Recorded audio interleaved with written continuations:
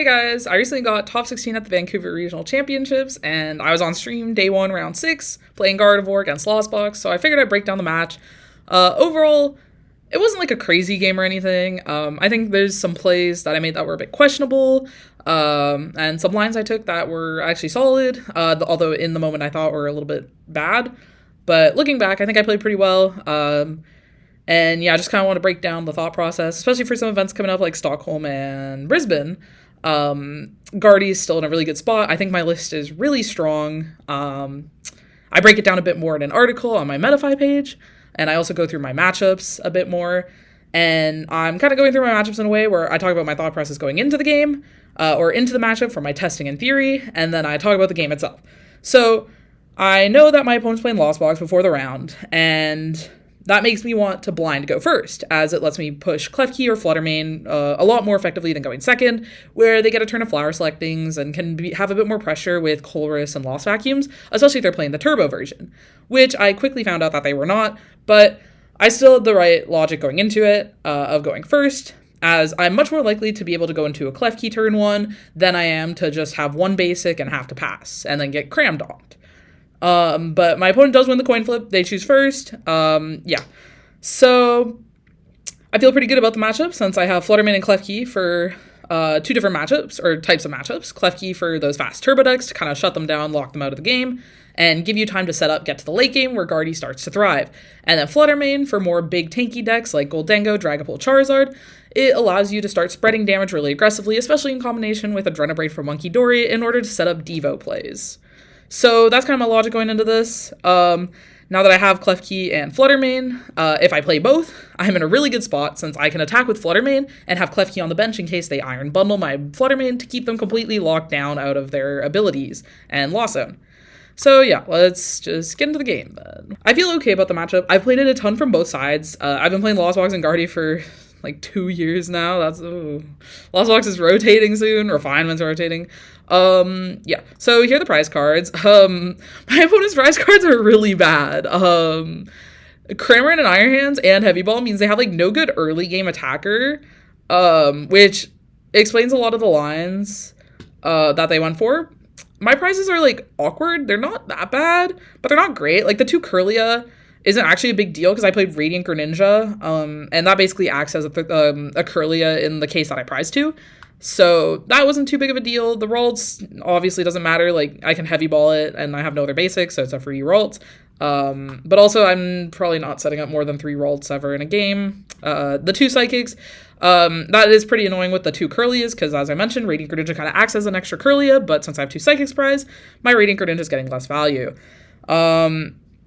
The Pheasantipede is really bad for my opponent because they aren't playing Pokestops, but I don't know that yet. But Pheasantipede is their way to like combo off.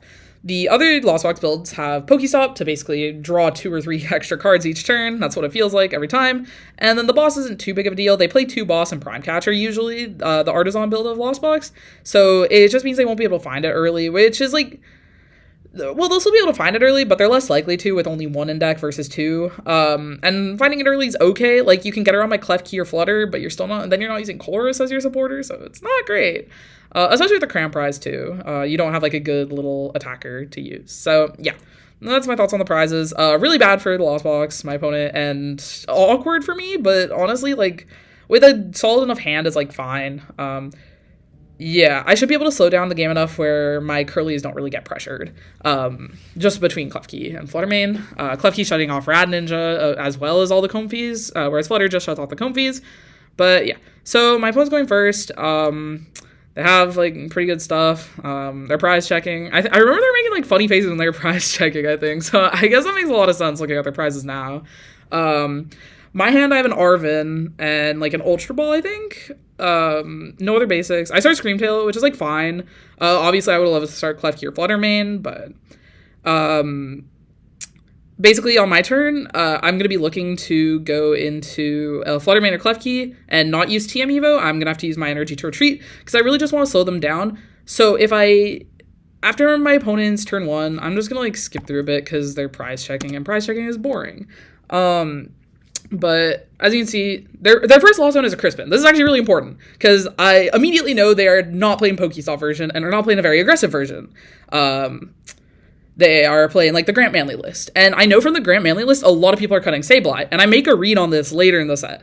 And then they also lost on their Lost Vacuum. And they only play one Lost Vacuum. Which means I know they're not doing like anything aggressive next turn. So that means if I go into like Klefki or Flutter, they're not Greninjing me next turn without like a Giga High Roll of like Prime Catcher, Colress, Double Flower Select.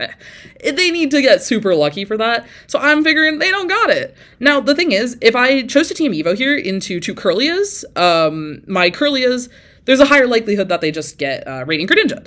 And then I'm in the same spot as before, except my opponent is 2 prizes lower.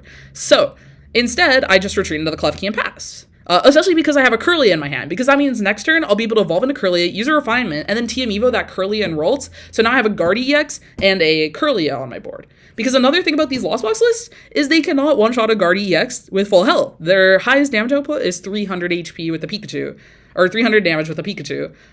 So I can, as long as I don't attack with a Guardy EX, a damaged Guardy EX, they can't deal with it, which is great. So yeah. My opponent here lost on the Grass Energy, so I know they're playing 2 because they probably wouldn't want to Lost Note it if they only played 1. Or they would have thought about it more. Yeah. I think they were doing more faces at their deck here, which really allowed me to read a lot from them, which was fine by me, but yeah, so I'm just gonna like skip forward a bit. They Colress, they don't Flower Select, they attach to their Rad Ninja, so now I've identified that the Rad Ninja is gonna be a threat. Not this turn. They could have, like, another Colress and, like, Mirage Gates and stuff. But with how my board's going to be looking at the end of this turn, Guardy EX, Screamtail, Klefki, Kirlia, a Radiant Greninja attack wouldn't actually be super annoying. Because, again, they can't one-shot my Guardy EX. So I can actually survive with no Kirlias. It's not great, but I can survive with no Kirlias. So, yeah, I just do the Evo play this turn. I don't really have anything strong. Only 2 cards in hand because I had to Ultra Ball last turn for the Klefki, which was really bad for my early game hand economy. But since I'm Evoing into the Guardy EX, I don't really have to worry about, like, finding it for the rest of the game. Since if for some reason I attack with it with damage and then it gets Pikachu knocked out, then I can just Night Stretcher. My deck is playing 2 Night Stretchers, and that's really the strength of Night Stretcher in the deck. Like, you don't really need to play the 3rd Ultra Ball. I really like 3rd Ultra Ball on Guardy, but Night Stretchers, it's not really necessary. So my opponent jets and passes. Now they have 2 energies on the Radiant Greninja, which means they're going to get to Radiant Greninja for free without using a Mirage Gate or like Super Odds or anything. So I want to deal with it this turn. I have 2 ways of dealing with it, Screamtail or Guardy EX. Guardy EX will have damage on it. I could have Hero's Cape Guardy EX here though. I'm actually going to pause here. So I could have Hero's Cape the Guardy EX here and attacked with it. That's what I thought I should have done at the end of this turn. It's not what I end up doing. Spoiler, because I attached Hero's Cape to Kirlia. But that's what I thought I should have ended up doing because it, like, is the least prone to dying next turn, which means my opponent isn't getting prizes, so I get to push advantage, especially if I hit, like, a Turo and they hit into it really hard. However, I bench Fluttermane thinking I want to go for, like, I just want to pressure the Fluttermane in the future, and then I also want to set up a Monkey Dory, which I have, like, solid odds of finding off this Iono. I did use my Refinement, though, but I think I have 2 Vessel left still. I might only have 1, but I have all 3 Darks, all 3 Monkey Dories, 1 Artisan, and my Nest Ball. So I have decent odds of hitting, like, the Monkey Dark. Not great, but I have guaranteed Screamtail attack, also, to kill their Radiant Greninja, and I kind of, like, I don't know, I read at this point that my opponent wasn't playing Sableye, because I just know, I'm friends with a lot of people that play Lost Box, and a lot of them are cutting Sableye for this weekend, so I'm like, I think it's the cut. So yeah, now you see me here deciding what to retreat into. I was considering Fluttermane, but just with the pressure that the Radiant Greninja with 2 energies is providing, I decide I need to deal with it this turn, despite giving them abilities. So here I could have attacked with Gardex or Screamtail. I end up deciding on the Screamtail, which ultimately I do think is correct now, but in the moment I thought I should have been attacking with Gardex. But so the nice thing about Screamtail, though, is if he decides to rebench the Rad Ninja, I get to keep targeting it instead of the Comfies. Because, like, when your opponent has 3 Comfies in play, they're not that big of a deal, especially with the Klefki and Fluttermane. I'm kind of fine with the Klefki or the Comfies being on their board, so I kind of just want to keep targeting that Rad Ninja as it's really threatening. And then I see my opponent lost on a Super Odd, and I'm like, okay, I'm in a really good spot now because they have to Super Odd to get back the Rad Ninja. And then they immediately do that. So now they have 2 Super Odds for the game. They're at 0 prize cards. It's going to be a little awkward for them to, like, have the resources to close this one out, I feel. So yeah. Now they do their stuff. And that's all the ninja. They have abilities. It's like, yeah. I think it was a Chorus over the Super Rod, because I could be wrong, but no, there's the Chorus. I don't know if that was just drawn off the Ninja or something, but it makes sense that they take that over the Super Rod, because they flower selected first, and optimal sequencing is concealed cards, Chorus, then flower select. So if they flower selected, they would have flower selected or concealed in the Chorus. They did not have it before those, but yeah. But then my opponent whiffs an attack this turn, I'm pretty sure. Or if they hit like a Mirage Gate here, they'd have to use Prime Catcher as their switch, which is not very good, obviously, especially when I have Klefki and Fluttermane on my board. It means my late game is going to be really good. And at this point, I kind of know that they're Crams prized because they haven't found it. Like, and they didn't, my Screamtail survived. I was very shocked at this point. Like, I'm like, okay, I'm in a really good spot. But yeah. Now I'm just pushing my advantage. You see me starting to set up a Monkey Dory, and to set up for like future turns, maybe use a Fluttermane attack to take 2 prizes. A lot of options. Get more energies in the trash, and then here's the monkey setup. The Screamtail on my board is really annoying because I can't bench Rad Ninja, especially with the Klefki too. Like, the Klefki on my board is not doing anything right now. It only does stuff in the early game when I have it active, or if I'm attacking with Fluttermane, but since I'm doing neither of those things, it's just dead space. And also I have the Monkey Dory set up, but I didn't get to move any damage, and this is where I was really feeling the like I don't know if it was a misplay, but where I was like really upset with myself for not attacking with Gardex last turn, because that would have had some damage on it, but obviously it could have also been killed by Pikachu, so it's like, it's a bit awkward. And then I also got to kill their Rad Ninja for free, which was great, because now if they want their Rad Ninja, they have to like Super Rod that in a single energy, and their energy is so griefed for the whole game.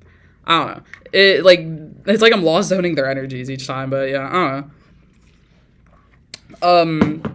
I think overall the Screamtail was really good, especially because my opponent was not playing Sableye.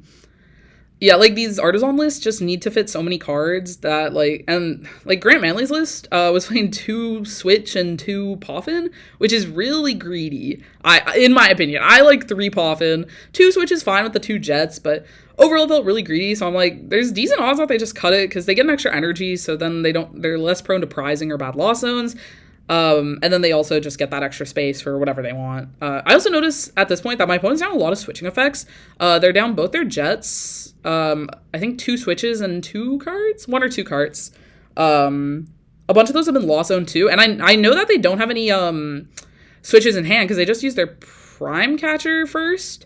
Otherwise, they would have switched into a Comfy, Flower Selected, and then Prime Catchered into their Rescue Boarded Comfy. And yeah, so that makes me like not want to Iono on my next turn. I don't remember if I do end up Ionoing. I might just do it anyway to like help set up my board because I don't have any Curlias. But the thing about my opponent killing my Curlia here is that sure I don't have another Ralts, but they also can't threaten my Gardex. But yeah, you see me wanting to promote it to get damage on my board to start setting up for multi-prize turns. And then, yeah, I get back the Rad Ninja here. I discarded it ages ago. I don't remember when. Maybe, like, that Ultra Ball turn one? Or, like, a Refinement. Something like that. Because I just really need the draw support right now. My opponent lost on their Pikachu, so I was fine leaving the 10 damage on it, on the Gardex now. Because they still can't kill it. Because now their max damage is 240 with the Blood Moon. And, yeah, as I mentioned, I kind of had a read on my opponent that they didn't have any switches in hand. So I end up deciding to hit the active. Oh, I forgot I turned for the Klefki and Poffin for a Ralts. Yeah. Really just trying to establish the draw support so that I can set up Double Monkey eventually. Like after they kill the Screamtail or like, yeah. Because I'm like, surely they kill the Screamtail eventually. Like they're down Prime Catcher. They play 1-2 boss. But yeah. What was my math exactly here? There's 70 left. Oh, the idea was I can switch cart plus Fluttermane next turn to not one shot, but knock out the Ursaluna, and also start putting damage on like the bench Comfies. And if they don't switch cart, then I just do the 90 knockout, and I do my Monkey Dory spread to a bench Comfy, and that's at like 50, and then maybe I set up 2 Monkey Dories, and then I take 3 prizes next turn and go to 1, and then I'm just like can't lose. Because my opponent will be at 4, maybe 3. They can get to 3 prizes this turn with a Greninja play, which I think they end up doing this turn. It might be the next turn, something like that. But yeah, they have to be really careful with their energies right now, just with the stuff they have left. Yeah, but here's a switch card, which I ended up drawing, which I mean, like, it's pretty reasonable for them to draw. I think I counted they were down like 5 switch cards out of 8 at this point. Or 6 out of 9. I think it might have been 5 out of 9, if you count Prime Catcher. But yeah. So their board's like really locked at this point though, because if they ever bundle, I just kind of promote Guardy EX, and then I like Monkey Dory off of it so they can't Rad Ninja too, like I double Monkey, or even Turo it. Well, I don't think I would promote the Guardy EX here actually. I think I promote like Fluttermane, and then they can't, yeah, because then they can't Blood Moon, but they have Boss on my Monkey Dory, which is like fine. My Screamtail just gets to survive again. So on this turn, I have 2 options. One is to knock out the Blood Moon Ursaluna, and the other is to knock out the Greninja. Now, I think they're down 3 rods at this point. So by knocking out the Greninja, that's draw support, and they can't consecutively attack with Blood Moon. So, and they lost on another switch card, and they played one. So they're down so many switch cards now that it's like they might have to manually retreat their Blood Moon, which is really bad. And also they lose draw support, they lose that energy attach on the Greninja. Like, they're just down so many resources that I'm in such a good spot. Also last turn, I forgot to say this, but I did play around Roxanne last turn by not taking a prize on like the bundle or the Comfies and just setting up, because I most likely have to 2-shot this Blood Moon anyway, because with my board, it's just too awkward to hit the triple Monkey to Miracle Force, and I'm down my Hero's Cape, so I actually just can't 1-shot the Blood Moon, so I have to 2-shot eventually, so I'd rather do it when my opponent can't Roxanne, to like do annoying stuff to my board, because you saw they didn't get to Moonlight Shuriken last turn, and part of that, it could have been like the boss was their supporter. Like, I don't remember if they have a Chorus, but if they had Roxanne, they might have been able to hit it off the Roxanne. So it's just small things like that to like prevent your opponent from regaining advantage, because I just felt like I was in a really good... I'm sorry, is that 2 Crispin? What? I didn't realize they were playing 2 Crispin. That's crazy. But yeah, so there's the 4th switch card gone, which is pretty crazy. You can see me checking that now. I think that's 4th. It's 3rd or 4th. And now I know they're not healing their Comfy or their Blood Moon or something, and I'm like, okay, I'm in a really good spot now. I might have game in hand at this point, or maybe I need to draw something off like Concealed or Refinement. I don't remember exactly, but yeah, they go for the Moonlight Shuriken here because they kind of need to go 2-2. Yeah, I don't think they have the Mirage Gates or energies to go 2-2 though, is the issue. 2-2 with Concealed or Moonlight Shuriken and then Amp. Yeah. For some reason I think they opt to, well, no. Okay, knocking out the Screamtail here is a bit awkward because it gives me access to 4 energies, but it also means I don't need to find Countercatcher. Oh, I thought you knocked out the Screamtail. It's fine. So yeah, now I just have the 160 snipe on the Blood Moon, but I just have game anyway, I think, because I have Stretcher for Dark Energy, Countercatcher, Blood Moon. Yeah, and then retreat 6 on Guardy, and then get to use that 1 that I put there last turn, and take 3 this turn for game. Yippee! I think I played fine. I think the Screamtail line was actually good, because I got to keep bullying his Greninja. But what I was scared of did end up happening, where my energies were kind of just trapped on the Screamtail all game, which was like a little awkward for setting up Monkey Math, because I can't really move the damage off Screamtail, because I need 7 on it to one-shot the Ninja, and I have 8, so it's like not really worth moving the 1 off. But I had like little spots where I was able to get the damage on my Guardy EX by like promoting it after a knockout and retreating it, which got me a bit of advantage. So yeah, I'm gonna like skip forward a bit now. Okay, yeah. So my opponent opens Regigigas, which is great. Their prizes are not that bad this time. 2 Poffin is like, and 2 Comfy means they're like, their setup's gonna be a little weak. Not too bad though. The Gigas is just like taking up board space though, which is cool. And then they jet their Comfy, which is good if they have another Comfy. But they don't. They just bench cram, and at this point I'm like, cool, I have out to Klefki in my hand. It's a wrap. But not exactly. But I have double Curlia, so I kind of just get to do the same thing as last game, where I don't Evo this turn, I just go into a Klefki, and then I'm in a really good spot. I think I have to make the decision of giving him Artisan or not, and I opt to, just because I get to set up 3rd Ralts, because then if he somehow miraculously gets Radiant Greninja next turn, and knocks out 2 Raltses, I can still evolve into a Curlia, then TM Evo into a Guardy EX. That's basically the big idea. I couldn't do that last game just with the cards I had in hand because I started Screamtail, Arven for Poffin, and then Ultra Ball for Klefki. So I didn't have the third Worlds. But this game, I have the option of the third Worlds. You also see me instantly discard the Screamtail. But yeah. I'm feeling pretty good now about this game. I have 2 Curlies in my hand.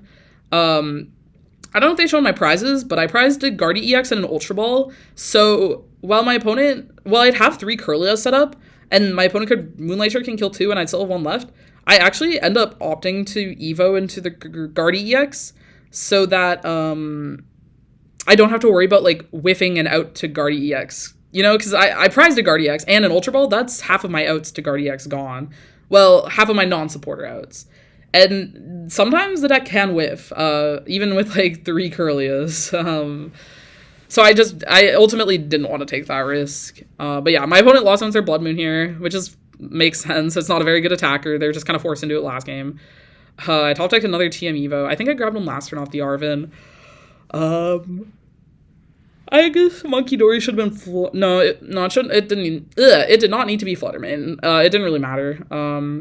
I was just thinning cards I wanted out of the deck because I knew my Artisan probably wasn't getting bumped. Because they're only out as 1 Lost Vacuum, both 3 cards in the Lost Zone. They can't really afford to use their Vacuum on my Artisan. Because that's only +1. I guess they kind of want to use on, like, the rescue board to get +2 into the Lost Zone. Especially because I don't think my opponent has a Chorus at this point. But yeah. As you can see, the Regigigas is still just, like, sitting there. If he benches Rad Ninja, he just doesn't get a good attacker for the rest of the game. And then I, like, do some crazy math with Screamtail and just don't take any prizes. So basically like, I don't know if you've ever played Lost Box Mirror where they fill up the bench, but what happens is you just spam Sableye, and then they lose on 1 turn, and they can't get back into the game. So I'd probably end up doing something like that with, like, Screamtail, most likely. Depending on, like, how locked my board is from, like, Moonlight Shuriken, I could, like, cape. Yeah, see, I cape a Curlia here. So, and then I'd, like, evolve the other one, try to remove Klefki and Flutter, and have, like, double Monkey and the Screamtail, and then just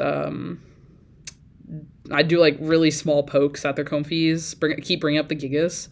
I don't know if that's, like, real, but I think it would work. Like, they're down a lot of switch cards. I don't know, that might be a fake line. Okay, now that I'm thinking about it, it might be fake. It sounds kind of cool, though. Well, okay, I can attack with Flutter a few times. Like, I can do it once on the Gigas, I can do it once on the Cram. And then just set up stuff and take a big prize lead at 1 turn. It doesn't matter, though, because I already started taking a prize lead. Now I'm gonna, like, Comfy, or Monkey Dory knock out the Comfy, force them to promote something. I guess this wasn't a misplay, because I have 2 Curlias on board, but them promoting... So here they promote a Comfy, and I should have realized that they had a Roxanne in their hand. I didn't make this read, but I don't think it mattered. I think I just always kill the Comfy anyway, which I do. It just gives them Roxanne. I don't think it's a big deal. I think just going to 3 prizes ahead just wins me the game. Like, they don't have any real win conditions now. Like, yeah, I have 1 Monkey Dory set up and an Artisan in play. It's just so difficult for them to get back into the game. Yeah. The Fluttermane attacking, this is more like what I expect the Lost Box game to go like, where I'm just attacking with the Fluttermane and spreading damage, taking multi-prize turns, and just kind of, like, running over them. Yeah. That's kind of what I was talking about at the beginning. This game definitely felt more normal than the first one. It's also part of me, like, starting a Ralts. Like, I think Cresselia and Screamtail are and Radiant Greninja are the only starters that aren't part of the perfect board. But, like, Screamtail is just a really important card. It just gives you a lot of extra access to your opponent's bench. And just, like, it's a solid attacker. Good math, and it's 1 prize, so that's always great. Cresselia gives you important healing, and again, that, like, access, but without putting damage on your board against Dragapult is really important. And then Rad Ninja is just extra draw. It's effectively a Pheasantipity. So it's like, all these cards are really important, but they obviously don't contribute to your perfect board. But they all just have, like, very solid reasonings behind them. I talk more about, like, the perfect board being, like, the like overarching idea behind the deck in my article that I post on Metafy. Gotta plug that again. But yeah, so now I promote the Monkey Dory because I want to get 20 damage on it. Yeah, 20 damage on it. I don't know. Oh, I didn't have another Psychic Energy in Trash, and I didn't draw. I drew it as my top deck, so I couldn't promote Guardy EX or Curlia because I couldn't retreat them. But then I top decked it, so it didn't matter. That's why I promoted the Monkey because I only need 20 to knock out the Cramorant. Yeah, I remember that now because that one looked weird. Like it definitely looked weird because otherwise I could have like extra damage to play around with. But yeah, since I got Roxanne, like obviously I didn't do a ton on the turn. I just artisan to the Monkey to thin it out and then refinemented and attacked. Like I really just need to click attack here for 2 more turns and I just win. So it's great, but yeah. My opponent's just stopping me from doing a double knockout this turn or next turn and winning, but it doesn't really matter. Like, yeah, I don't know. This game was kind of over when I took 3 prizes before Lost Box. Like, it's, yeah. I think they get Iron Hands off this turn, but it just doesn't matter. Like, yeah. I don't know. Do they even get the Iron Hands this turn? No, that's okay. Yeah, like there's not much to say at this point. Like they I'm just gonna like skip through. They spit my Monkey. I promote Monkey again. I don't remember why, but I do. Oh, it's to only get 20, I guess, because I only have 1 Monkey. That yeah, that makes sense. And now like it just doesn't matter. He gets Iron Hands. He Iron Hands my Flutter, and then I just have Boss in hand. Like yeah, so. I mean, it wasn't, like, super interesting gameplay. I think there were a few points where I made interesting decisions, so just wanted to explain those. Gardevoir can be a really complex deck sometimes. Like, I don't know, for a while I thought it was pretty easy, but, like, recently, the last, like, month or so I've been playing it, it feels so much more difficult. Like, the meta's just sped up so much, where games are a lot tighter than they used to be, and are less likely to go to the end game, due to your opponents trying to run you over. And a lot of the game now is trying to make sure you get to the end game and slowing down your opponent. Whereas before, you're like guaranteed to get to the end game. So you just wanted to like set up your board of like a bunch of Curlias, your Monkey Dories. So yeah, Hero's Cape is really good at locking down those end game boards or also getting you to those end game boards. So I do think it's the best A-spec. And yeah, I don't know. I feel pretty good about my gameplay this weekend. As I said, I made a few misplays in this rematch and like overall in the tournament. But yeah, I felt good about my list, my play, the tournament ran well, yeah, so, thanks for watching, that's all I got, bye.